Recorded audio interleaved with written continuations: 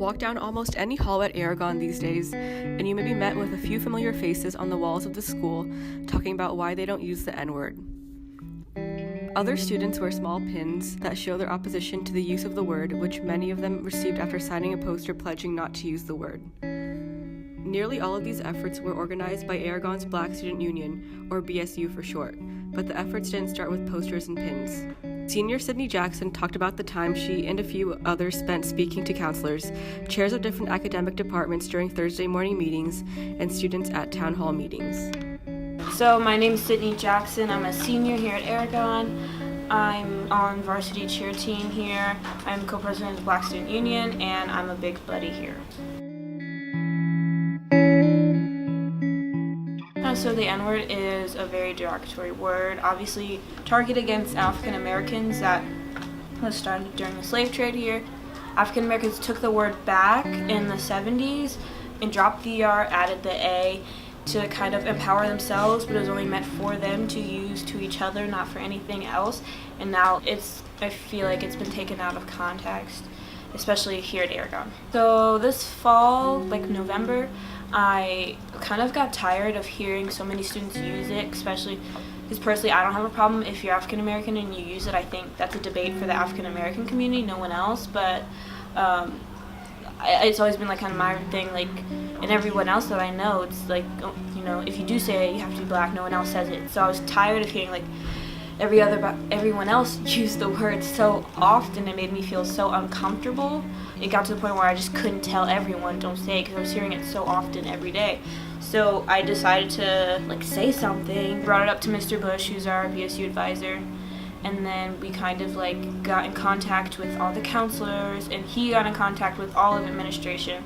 Came in, I did a presentation to them on how bad this issue is here, and they were on board, and they were like, okay, we'll give you a budget and come up with some ideas and we'll start this campaign.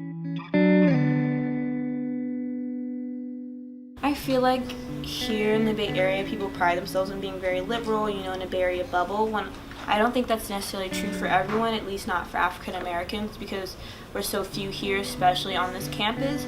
So people just aren't exposed to that culture. If they are, it's to the very few friends that they have or what they see in the media.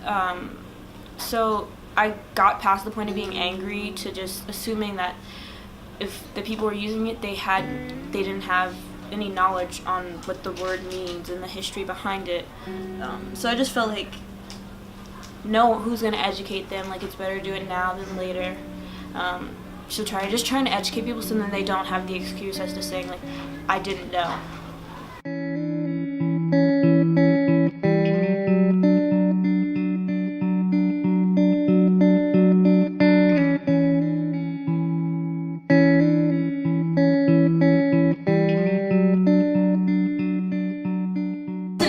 Listen. They could either come to the BSU meetings where we can gently educate them.